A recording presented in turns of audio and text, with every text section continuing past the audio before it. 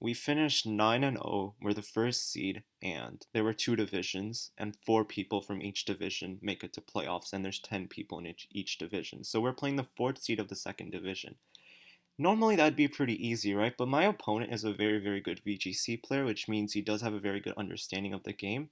And to make things worse, he has a very, very offensive team. And, taking on offensive teams in playoffs is a bit daunting. And also, I don't know why, the first round of playoffs always kind of frightens me, but we'll see how it goes. So, my opponent has urshifu Single Strike, again, like probably one of the best Pokemon ever. Victini, which in draft is absolutely terrifying.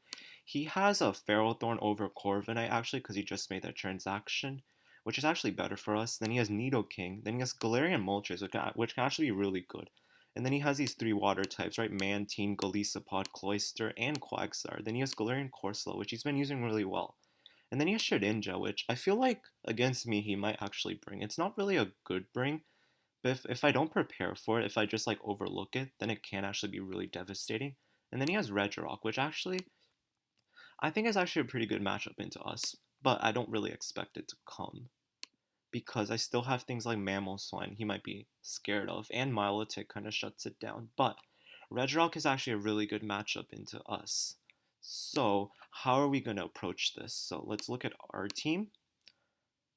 The Shadow Riders. Oh, this is the standings. So we have Zeraora, Victini. Instead of Rillaboom, we actually dropped Rillaboom for regular Kyurem, and the reason is because regular Kyurem is a lot more versatile. I feel like on this team I want it. Like even though I have three ice types, it still synergizes really well. Like in terms of like having a cohesive team, because you don't have to bring all your Pokemon. So having three ice types is okay. So yeah, that's why we dropped it. And looking at our team, his only hazard, he might actually not even bring good hazard removal, right? Like Mantine has a hazard removal, dies to Zeraora, he might actually be scared to bring it. And then his other hazard removal was Corviknight, but like he doesn't really have Corviknight anymore. And Galarian Moltres, it doesn't learn Defog, does it? Something you have to look into actually, because we're not bringing Stealth Rock. So give me a minute.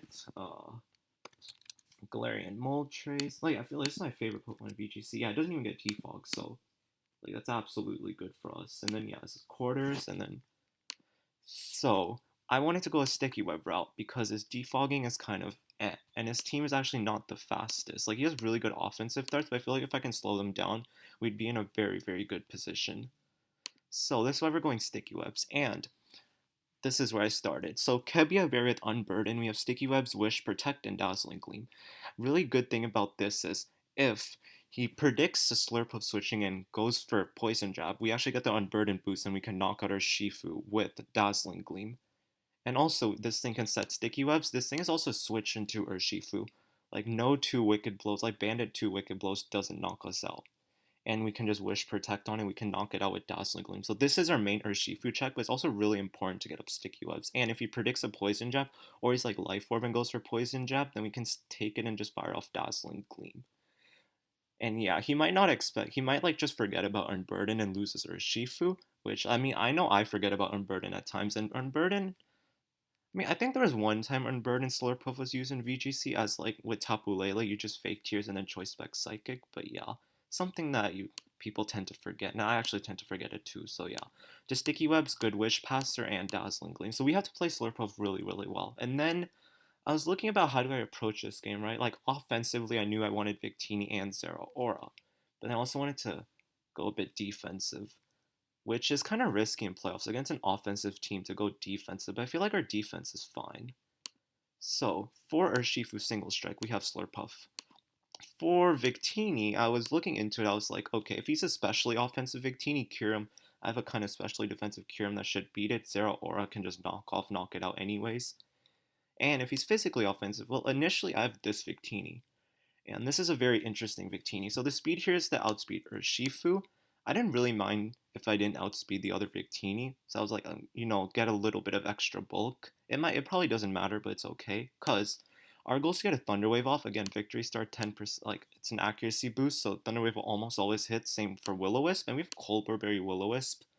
So if we burn the Urshifu, right, then Milotic walls it. And also Kyurem kind of walls it too. And Kyurem can just pressure stall it.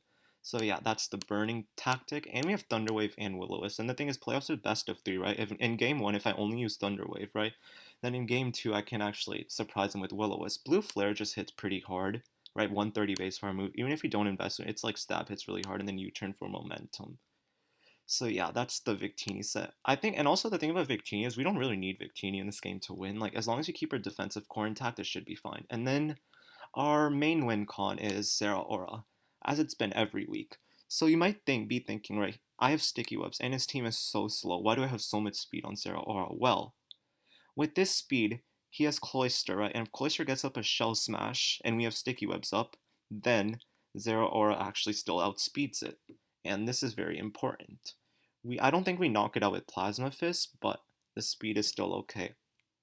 That's the main reason, right? Because we can dent it with Plasma Fist, and also you might be wondering, right? Like Zero Aura doesn't knock out Cloyster with Plasma Fist, and Zero Aura will just be knocked out back. But we have Milotic, which like +2 Rock Blast, which is strongest move, does like 30%. Then we can just haze it off. And if Cloyster comes in on like Victini expecting to set up, like I can just go for Will-O-Wisp, and we're pretty much fine. So yeah.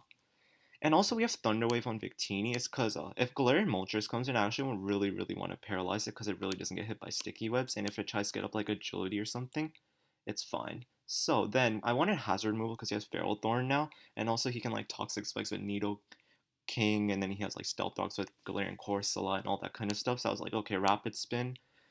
Because we don't want to remove our Sticky Webs. And then Recover, Haste, Freeze Dry. We have this investment allows you to take on Nidoking and also allows you to take on Galarian Moltres. We can just haze away all its boosts. We can freeze dry. If we paralyze it, then we can actually freeze dry into his weakness policy, take a hit, and then haze it off. And then after that freeze dry should be able to beat Galarian Moltres because Galarian Moltres does not have reliable recovery. So this is secondary Nidoking switch in, and then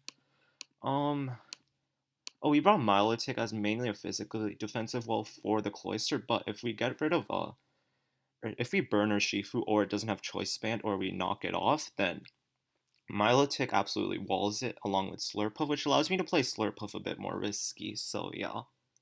And Milotic actually ends up walling a physical Nidoking if he chooses to bring that.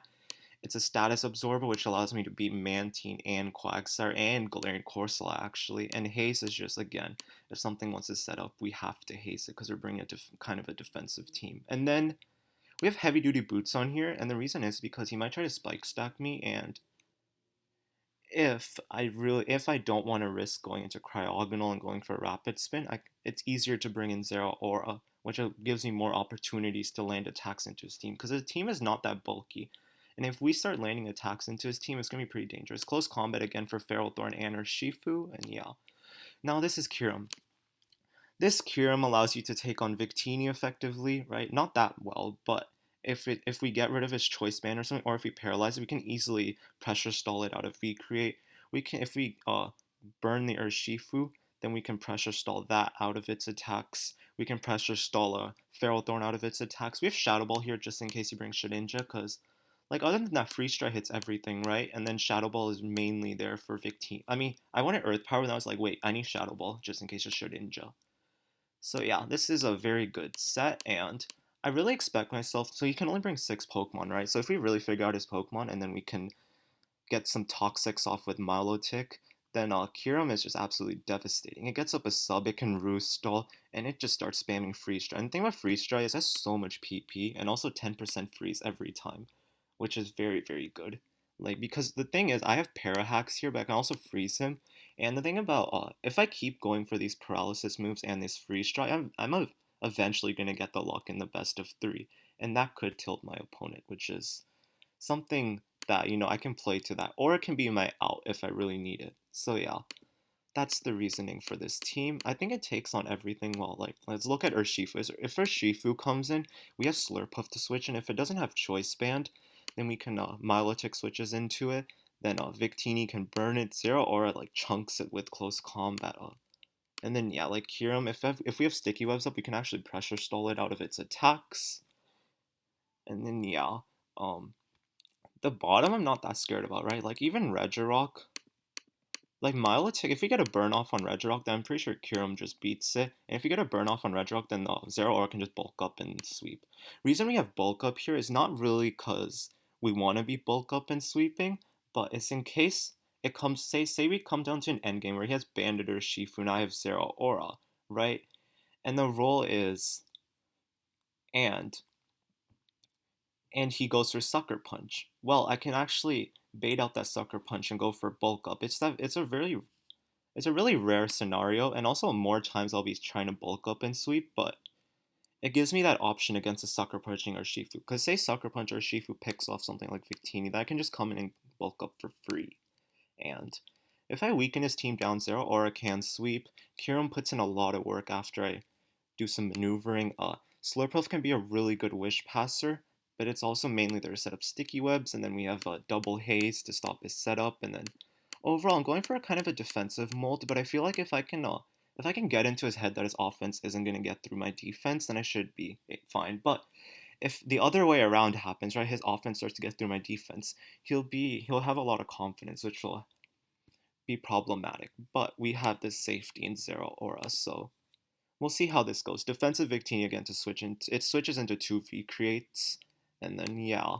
Overall, we have to be playing well to win. Like, my opponent's a 4th seed. He's mainly a VGC player, but his team's really offensive. He's been playing pretty well too. So yeah, we have to see how this goes. And Rapid Spin, the reason I need Rapid Spin over Defog, I really want Defog on this. This thing actually learns Defog, but I was like, we need Rapid Spin because we don't want to be removing our webs.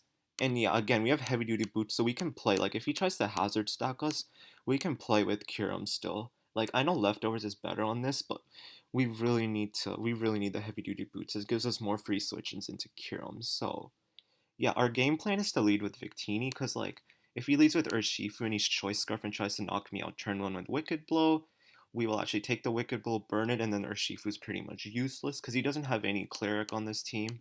If he leads with Victini, we Thunder Wave turn 1. If he leads with Nidoking, we switch straight into Kyurem, because either we actually switch straight into Kyurem because either he sets up Stealth Rocks or goes for Scarf Earth Power, because he's been known to bring Scarfers to kind of counter faster Pokemon. If he leads with Galarian Moltres, we Thunder Wave turn 1 again to cripple that. If he leads Golisopod, we Will-O-Wisp. If he leads a Ferrothorn, like it's pretty obvious Blue Flare. If he leads Quagsire and anything else that's slower, then we just U-turn out. So yeah, Victini, we don't need it to win, which, like, if Victini goes down, like, say we only have these 5 Pokemon, we can still win the game, and that allows me to play Victini a bit more aggressive. So, yeah.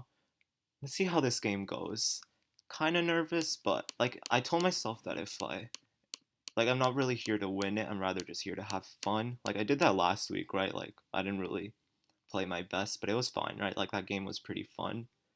So yeah, let's see how that goes. And I also originally actually wanted a Dragon Dance Icicle Spear, because that's actually a set I've been building on another team. But then I was like, wait, if he can bring Hazers, he has Quagsire, he has like some other stuff, right? Shedinja, I was like, too risky. We need Shadow Ball, because if he brings Shedinja, the only mons I hit it are these 3.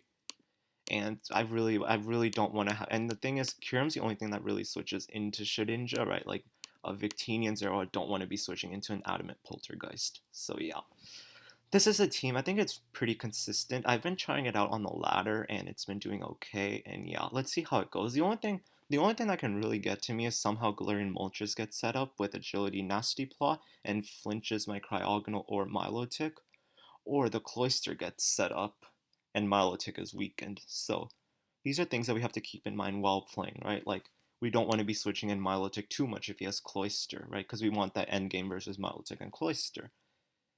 But if he has Victini, right? So yeah, if he has Nidoking, right, then we really don't want to be having our Kyurem or Cryo, one of these two, not be weakened, right? So we really have to, based on what 6 he brings, we have to make a game plan. And I think this team allows us to make an effective game plan for any 6 that he brings. So yeah, let's see how it goes.